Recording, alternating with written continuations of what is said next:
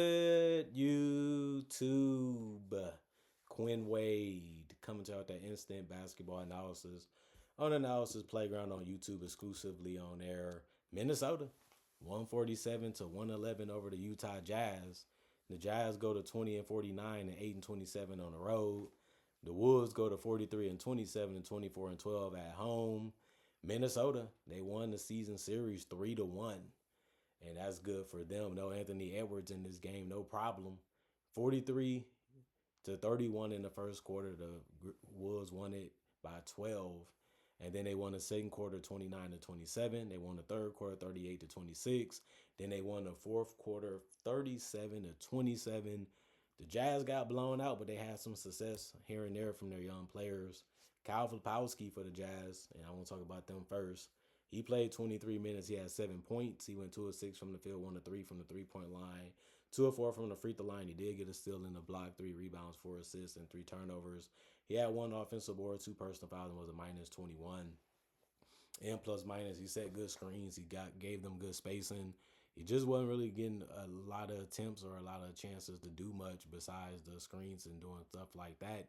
But he did get some shots up. 6 isn't a lot. It isn't a crazy amount, but at the same time, he got to the free throw line. So you want him to be a little bit more aggressive.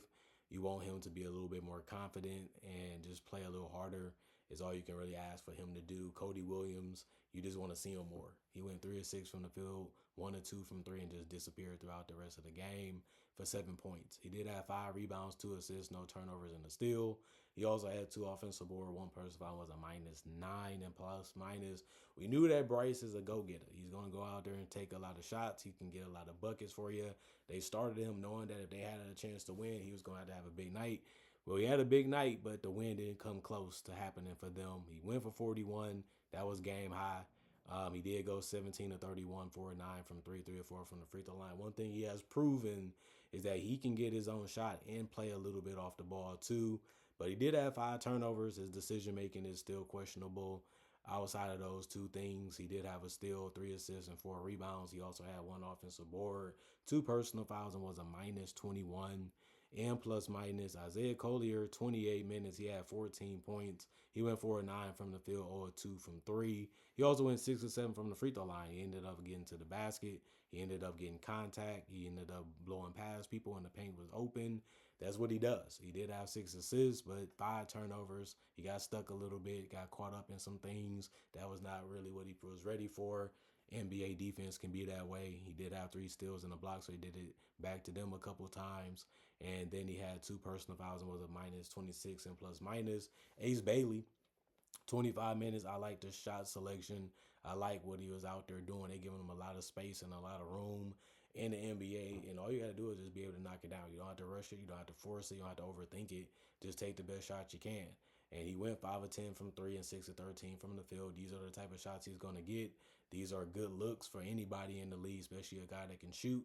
And he just has to make them. He did have 2 rebounds, 2 assists, and 3 turnovers. He also had 1 block and 4 personal fouls and was a minus 14. And plus minus, Kevin Love, 15 minutes. He had 5 points. He went 1 of 6 from the field, 1 of 5 from 3, 2 of 2 from the free throw line. He also had 4 rebounds, 1 assist, 1 turnover, 2 offensive boards, 2 personal fouls, and was a minus 4. And plus minus, Oscar played 10 minutes. He had 5 points. He went 2 of 4 from the field and 1 of 2 from the free throw line. He had 4 boards. Everybody off the bench ended up getting a rebound or more. He had no turnovers, no personal foul, but he did have 2 offensive rebounds. It was a minus 11. And plus minus, John Conchar played 13 minutes, had 3 points. He ended up going 1 of 2 from the field. He missed his only 3 and went 1 of 2 from the free throw line. He also had 5 rebounds, 1 assist, 3 turnovers, and a steal, 2 offensive boards, 2 personal fouls, and was a minus 17. And plus minus, Elijah Harkless played 20 minutes. He had 8 points. That was the most off the bench. He went 3 of 9 from the field, 1 of 4 from 3, 1 of 3 from the free throw line, 6 rebounds. That was really good from him. He had 3 assists, 2 turnovers, and 2 steals. The 2 steals was the most off the bench. He had 1 offensive board, 1 personal foul, was a minus 10. And plus minus, Garcia played 24 minutes. He had 4 points. He went 1 of 5 from the field, 0 of 2 from 3, and 2 of 2 from the free throw line. He had 8 boards. That was the most off the bench. He had 3 assists, no turnovers, 5 offensive boards, 2 personal fouls, and was a minus 24. And plus minus, and B's Played 20 minutes. He ended up going 0-2 from the field. Missed his only three. Had 2 rebounds, 1 assist, 1 turnover, and a steal. 1 offensive board, 5 personal fouls, and was a minus 23 and plus minus. If I said your name wrong, his number for his jersey number is number 21. That's as good as I can get it for right now, and hopefully I get it in the future to give you your love and your respect for being in the NBA and playing good basketball if you do. Timberwolves, Julius Randle, 27 minutes, 21 points, 7 to 10 from the field, 1 to 2 from 3, 6 to 7 from the free throw line. He had the shots he wanted all night. Didn't really have to work too hard. Didn't really have to do anything that he didn't really want to do in this one. And that's when Julius Randle was at his best. He did give up the ball a lot. He had some individual matchups. He had some shots that he could have took. He didn't force it. He just said, I just let my teammates figure something else out. And I try to get in a different position or try to find a way to space the floor. He did have 1 rebound, 4 steals. He's getting better at that too, of seeing anticipation, having it when the ball is coming in his area or his way and just being able to pick it off. He had 2 personal fouls. It was a plus 13 and plus minus. Jaden McDaniels, 26 minutes, 17 points. He went 7 to 15 from the field, 3 to 7 from 3. He had 2 rebounds, 3 assists, 1 turnover, 1 steal, 1 block, 1 offensive board, 3 personal fouls, and was a plus 11 and plus minus. I liked the way he scored. I liked the shots he was taking, and he just made the game look easy out there, and that's how he's been playing a lot this season. Rudy Gobert, 29 minutes, 21 points, double-double because he had 12 boards. He was really crashing the offensive glass just as hard as the other rebounds. 6 offensive to be exact. 9 to 12 from the field, 3 or 4 from the free throw line. 3 turnovers, 1 steal, 2 blocks. Plus 28 and plus minus for him. And then Dante DiVincenzo, 26 minutes. He had 9 points. That ended up being the lowest amount in the starting lineup. He was only got to not scoring double figures for the Timberwolves. That was a starter. He did go 3 of 7 from the field, 3 of 6 from 3. He hit the wide open threes that was there. That's what he loves to do besides keeping the ball moving if he doesn't have a shot that he likes. He ended up getting 7 assists for having that mentality and doing those things that he normally does do on a gamely basis. 3 rebounds, 1 steal, 3 personal fouls, and a plus 14 and plus minus. DeSumo, 27 minutes, 23 points.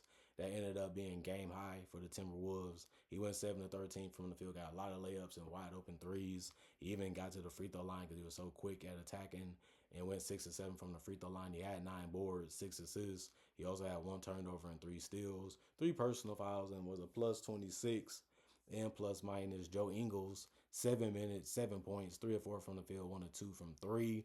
He was able to get a 3 before the game was over, so he was happy that he got that. 1 rebound, 1 turnover, 1 block, no personal fouls, and a plus 2 and plus minus. Kyle Anderson, 22 minutes, 8 points. He went 3 or 6 from the field. He missed his only 3. He also went 2 or 2 from the free throw line. You know he's going to take his time to get the best shot for himself or his teammate.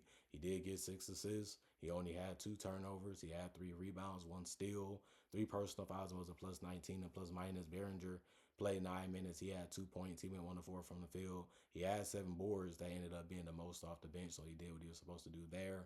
He also had 1 block, 3 offensive rebounds, 2 personal fouls, was a plus 3 and plus minus. Mike Conley, 7 minutes. He missed his only shot, which was a 3. He did have 4 assists and no turnovers, no personal fouls, and was a plus 2 and plus minus. Jalen Clark, 10 minutes. 9 points, 3 of 7 from the field, 2 of 4 from 3, 1 of 1 from the free throw line. He had 2 boards, no turnovers, 1 personal foul, and was a plus 3 and plus minus. I like what he was doing. Good shot selection, good patience to let things open up and just doing your job to get open. Then it's just about making a shot. Terrence Shannon Jr., 20 minutes, 8 points, 2 of 4 from the field. He hit wide open threes.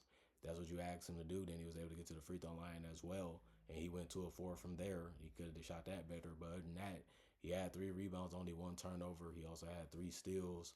And he also had 1 offensive board, 2 personal fouls, and was a plus 29 and plus minus. Bones Highland, 25 minutes, 18 points. 18. Yeah, he did have 18 points. He went 6 of 12 from the field. He got some drives to go his way by attacking the basket. Free throws came with that. He went 3 of 3 from the free throw line. And then it was about getting the wide open threes that was generated by the offense of the Timberwolves. And he went 3 of 7 from 3, so he ain't going to be too mad at that. 3 rebounds, 2 assists, 3 turnovers, 2 personal fouls, and was a plus 30 and plus minus. Pulling 5 minutes, he had 4 points. He ended up going 1 of 1 from the field and 2 of 2 from the free throw line. He had 3 assists, 2 turnovers, and a steal, 1 personal foul, and was a 0 and plus minus. And then you look at the Timberwolves, 54% from the field for them, 43% for the Jazz, 46% from three for the Timberwolves, 33% from the Jazz, and then 83% from the free throw line for the Timberwolves. 26 free throws for the Jazz. They shot 69%.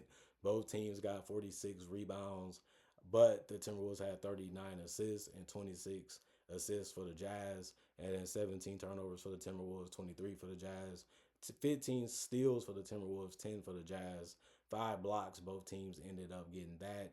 12 offensive rebounds for the Timberwolves, 17 for the Jazz, and then 34 defensive rebounds for the Timberwolves, 29 for the Jazz.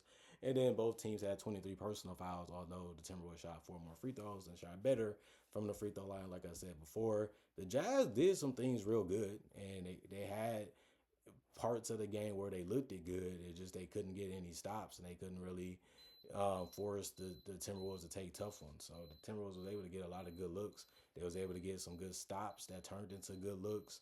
And then they also were just able to score more better and more efficiently than the Jazz. And 1 minute it was close, like games usually start out. Then they got too far away from the Jazz, and it just became an embarrassing game for them because they just couldn't stop anything that the Timberwolves was doing. No Anthony Edwards, no Nas Reed, no problem. Easy game. It was fun to watch though, because I feel like both of these teams were just taking some good, cool shots to see, and that's always interesting when you look at a game that's a blowout and you watch it.